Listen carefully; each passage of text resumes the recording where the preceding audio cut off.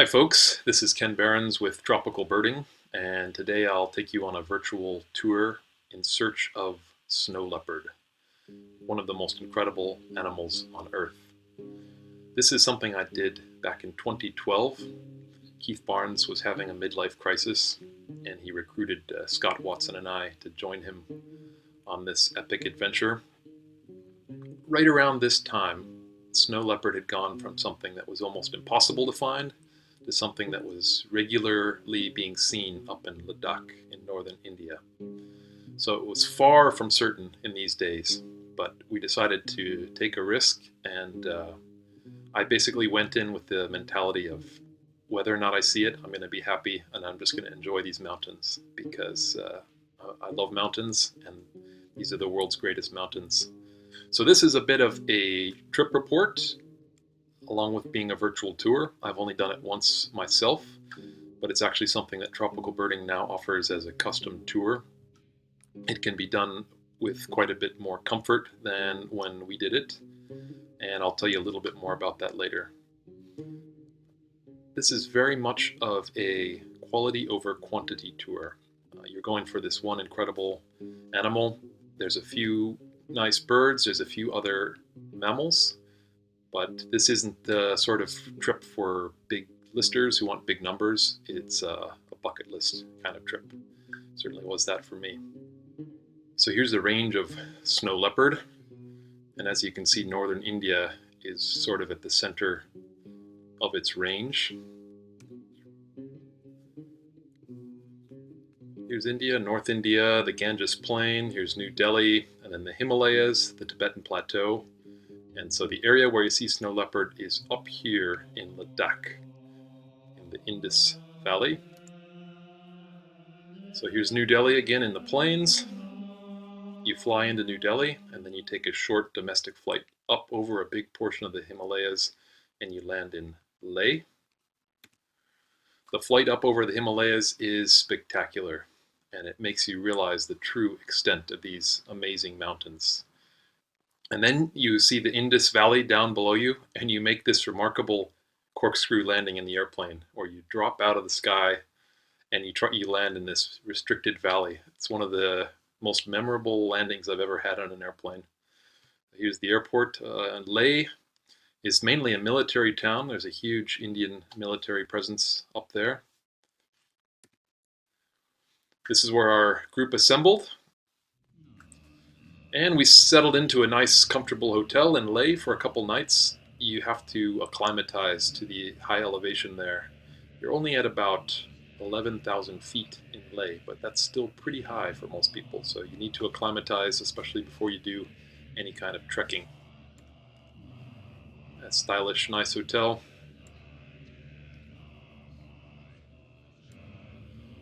We had some time to wander around town of Leh. It's the lowest and the warmest that you'll get in this area, but it's still pretty cold. Lots of prayer wheels and stupas all around. This area is Tibetan Buddhist. So I like geography, so I'll give you a little bit of a lesson about the geography of that area. Down here you've got the Indian subcontinent, which smashed into Asia and created the Himalayas. And the Tibetan Plateau and the Himalayas receive a lot of moisture, which flows down into the plains as a couple different rivers. And one of the big rivers is the Indus, which flows through the heart of Pakistan. You can see this is the Indus River Valley, and it comes all the way up here into the Himalayas, and so Leh is in the Indus Valley. Here you can see it a little bit more clearly. A big river winding all the way up here, and here's Leh. Well, the best birding in this area is actually along the Indus River.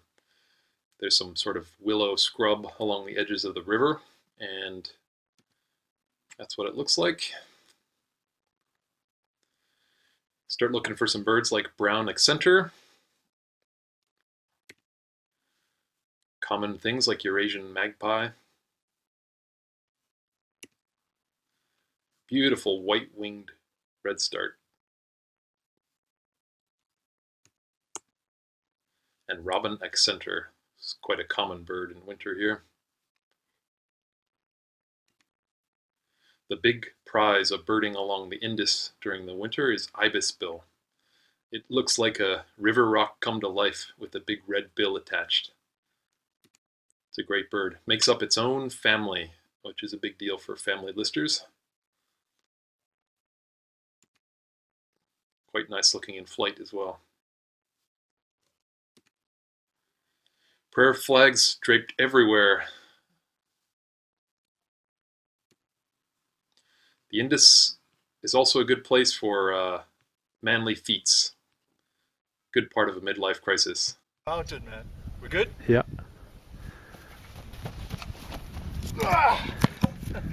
Hey, still Keith won. lost. Ken wins, But I think I cheated. but he ran up further. Yeah. Well, here's the Indus Valley, and on this little range of hills that runs down into the valley, there's a spectacular monastery called the Thiksay Monastery. Here you can see it a little bit closer. That's what it looks like. When you climb to the top of that hill, you get these incredible 360-degree views of the mountains and great views of the Indus Valley as well.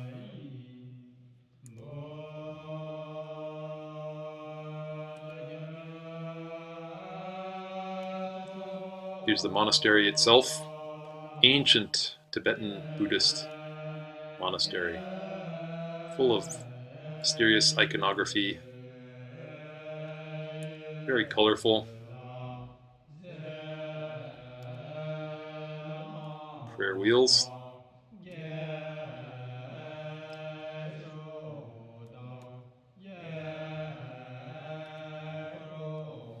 Some Buddhist monks.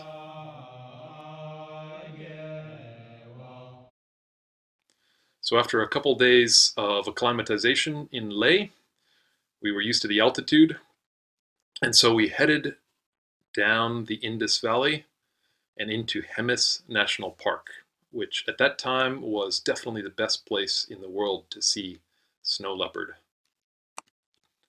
Along the way, we stopped for some spectacular scenery, and then we trekked into this valley, entering the national park at the Xinchan Gate. As you can see, this is the site of our camp, and that gave access to several different side valleys, which are the best places to see snow leopard.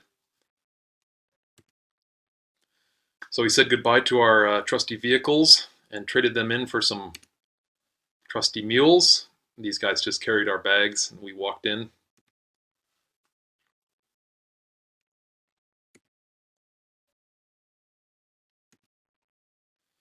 Very rugged, very wild place, and very cold. It never got above 0 degrees Celsius, or freezing temperatures there.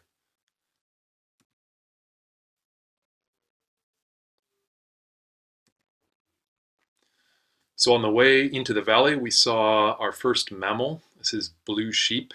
Gives you an idea how it feels to see mammals in this environment.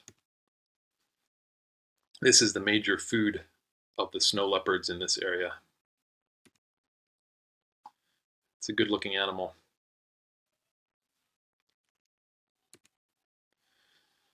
Now, a group had just spent about 2 weeks in this valley just before we got there and not seen a single snow leopard. So that was a bit discouraging.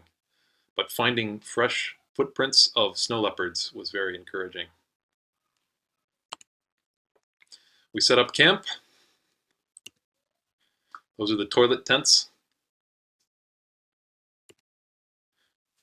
Our camp crew chipped a hole in the ice to get water. And we started to scan. This is pretty much the name of the game when you're looking for snow leopard, is that you scan.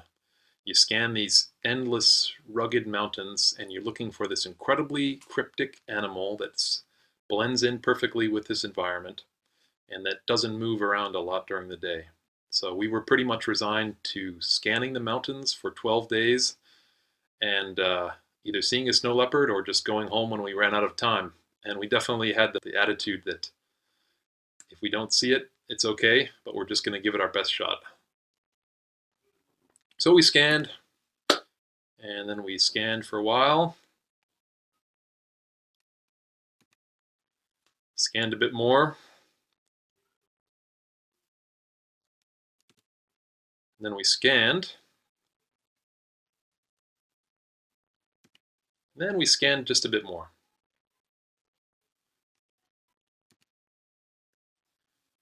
We didn't have it all that hard because the camp staff would actually bring up hot tea and meals, which really helped stay warm.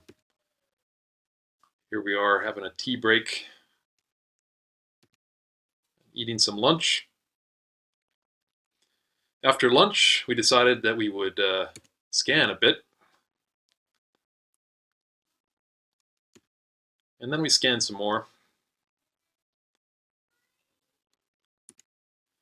And then the sun began to set and it got even colder, and we called it a day. Of course, we hadn't seen a snow leopard, but that's what we expected. We thought it was going to take days and days, or maybe we wouldn't even see it at all. But when we woke up the next morning and we're having breakfast, the lead tracker, called Jigmet, brilliant guy, came down and told us he'd been scouting early and had just found a blue sheep that had been freshly killed by a snow leopard. So this was great news. The leopard had only eaten a small part of the blue sheep, and we were quite confident that it would be back to feed. So we set up on a ridgetop that was about 500 meters, 500 yards from the blue sheep, and we started to scan again, although we had renewed vigor in our scanning. And after about an hour, Keith said something to the effect of, "I see the snow leopard," but there might have been a few South African swear words thrown in there. But he actually spotted the leopard, sitting up on a rock and basking in the sun, probably trying to digest its belly full of blue sheep. And eventually the leopard sat up, and we just got to soak in scope views of this incredible animal.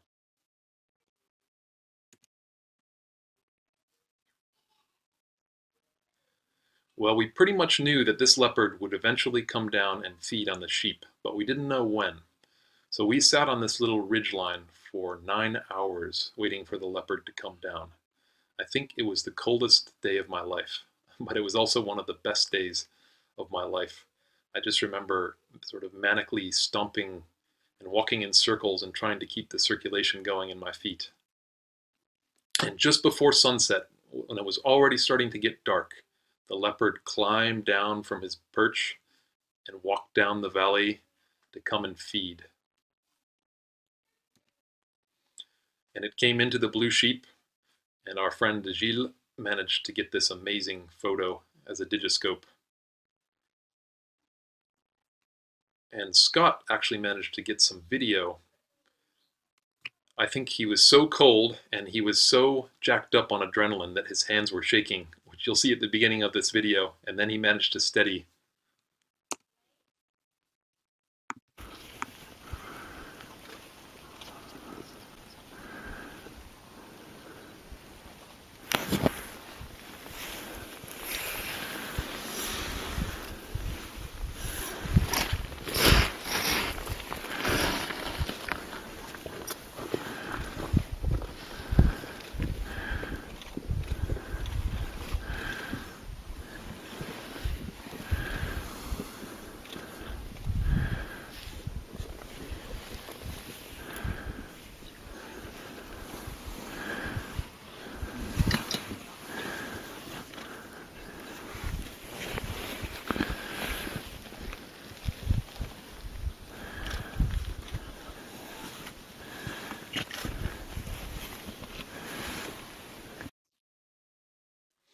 I know it's not a great video, but to me it communicates just the emotion of seeing this animal.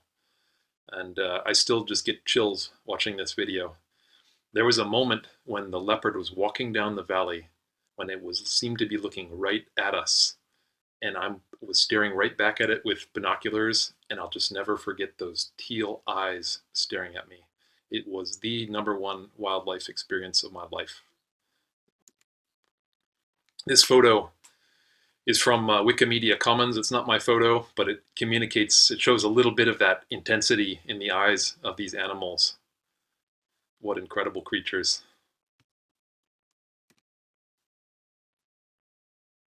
incredibly thick, long tails that they use for balance when they're just bounding down these mountains to catch sheep and ibex.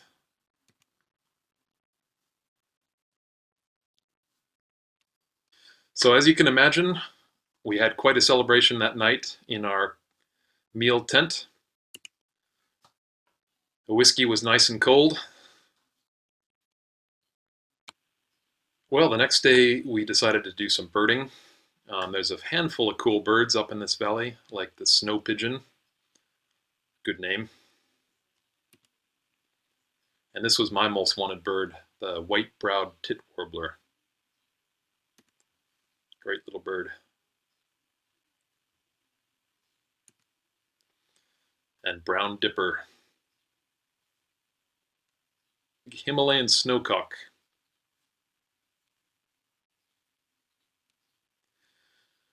Well, at some point we were happily relaxing and birding, and one of our trackers started shouting, "Shan," which is a word in the local language for the snow leopard.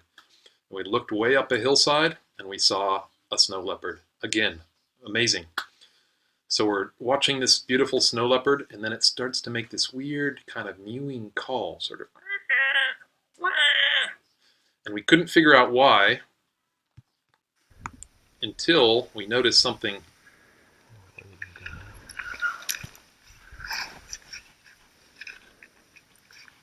This was a mother with 2 cubs following her. So we got to watch them climb up this incredibly steep slope. Mother just climbed this. Can you see here? These little cubs have to figure out how to go up these almost vertical cliffs.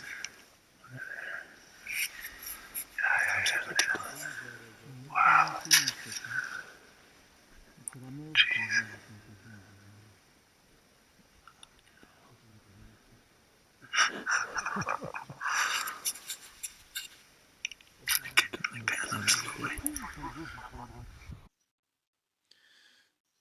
So later that night, we actually saw another snow leopard, and then that was the last one that we saw. But at that point, we had seen 5 different individuals, which made us the most successful group in history up to that point.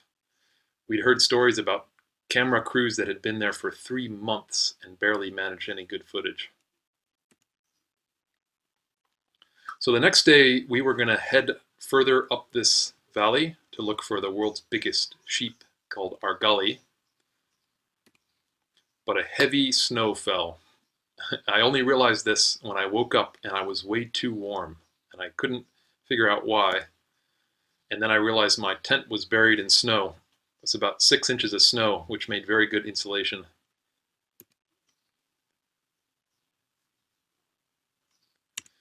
So we did the mature thing, and we made a snow leopard out of snow.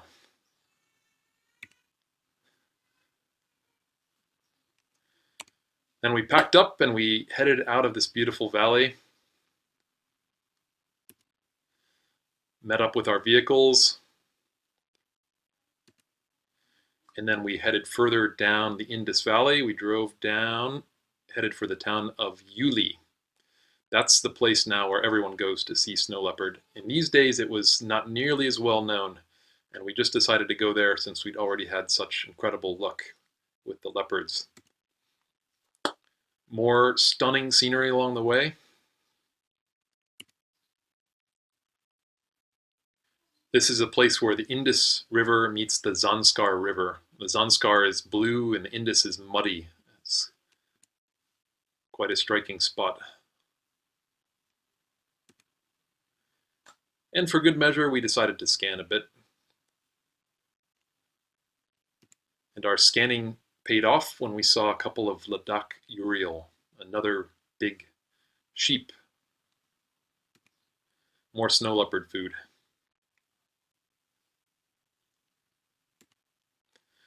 Sometimes along the way, along this drive, you can see Mongolian finch.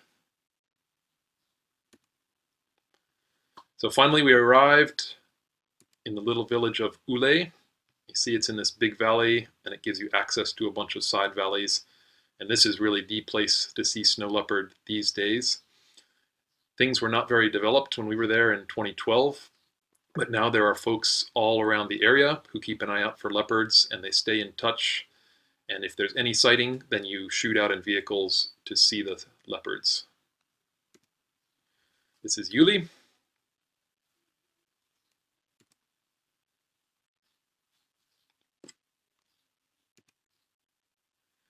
Locals even sell some wool souvenir snow leopards and ibex.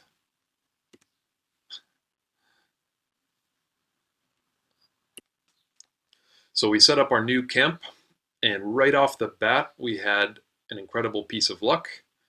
Jigmet found an ibex that had just been killed by a snow leopard. And so we decided to stake out this carcass in the late afternoon and see if the leopard would come in. No leopard came in, but we did have amazing views of some foxes. And the next morning we came back to the carcass, and it was nothing but skin and bones. Because during the night, a pack of Tibetan wolves had come in and devoured that animal. But we were able to track these wolves up the valley and get some great views of them. Another fantastic animal and a great bonus. We'd had such great luck with mammals that we were just able to relax a bit and enjoy the Ule Valley. Probably the most beautiful place I've ever been. Sunrises were incredible. Very rugged.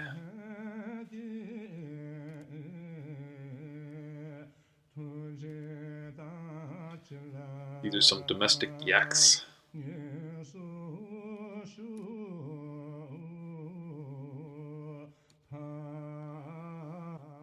Of course, we're professionals, so even though we'd already seen 5 snow leopards, our scanning was as focused as ever.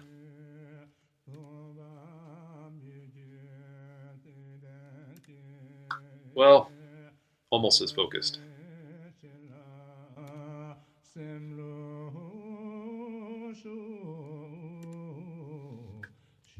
There were some great animals to see, like the ibex, another quintessential mountain animal.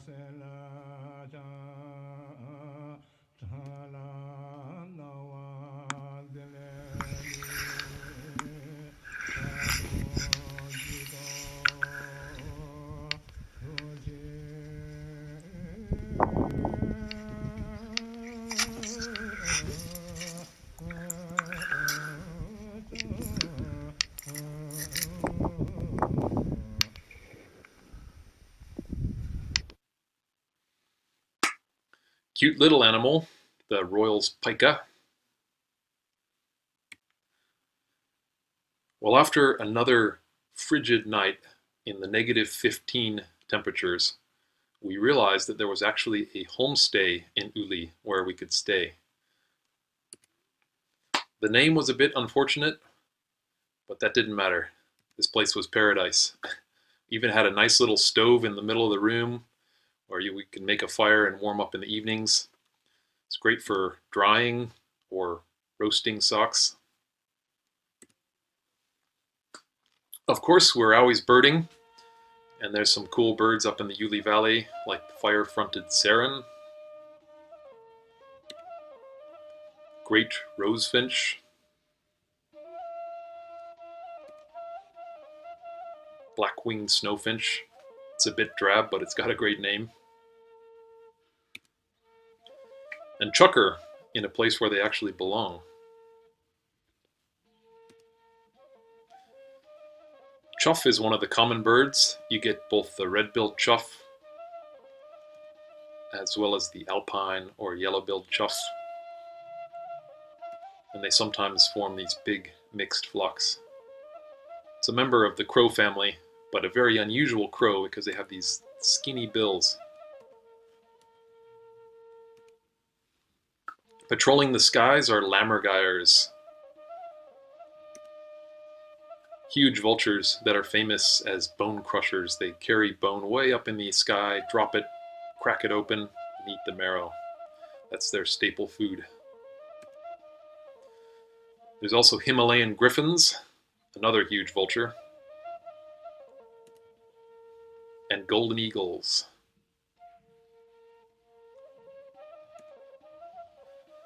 One of the major birding prizes is wall creeper. It's one of these cool birds like ibisbill that makes up its own bird family. And the coolest thing about wall creepers is their wings.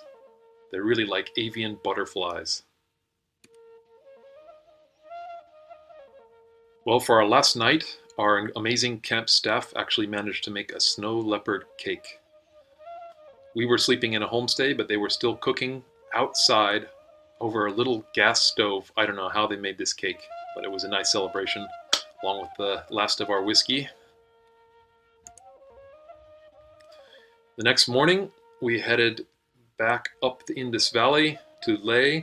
We spent one night there, and then we flew back to Delhi for the conclusion of our trip. Trip of a lifetime for all of us, a real dream achieved, something I never would have imagined I'd be able to see when I was a little kid watching that National Geographic special. So I'll tell you a little bit more about how searching for snow leopard works these days. You fly into Leh, you spend a couple days acclimatizing, and you visit monasteries and bird along the Indus, and then you drive to Ule. And you'd spend your whole time in Ule, and there's actually a nice little lodge there now. You can stay warm. It's simple, you have shared bathrooms, but it's a lot better than sleeping in a tent or even a homestay. The staff will even cook meals and bring them out and set up tables and chairs for you wherever you're scanning for snow leopards. So it's really a pretty luxurious experience. You're still at very high altitudes and it's obviously very cold, so this isn't a trip for everybody, but it is amazing how accessible snow leopards have become. Hundreds or maybe even thousands of people have seen them now. When Keith and Scott and I were up there in 2012, there had probably only been a few dozen foreigners who had ever seen a snow leopard in the wild. It's really become much more accessible. For folks who route through Delhi, you have quite a few options for other birding. One of them is Sultanpur, where you can see Indian courser, Indian eagle owl, or you can go to the Taj Mahal to see the Taj Mahal. Or you can go to the Chambal River and do boat rides for species like Indian skimmer or the world's coolest crocodilian gharial. Well, that wraps up our virtual tour. Thanks for joining me in a quest for snow leopard. And a big thanks to my friends who allowed me to use their photos in this presentation. I actually didn't bring my big camera on this trip. I just wanted to focus on seeing this animal. Didn't want to carry the gear around.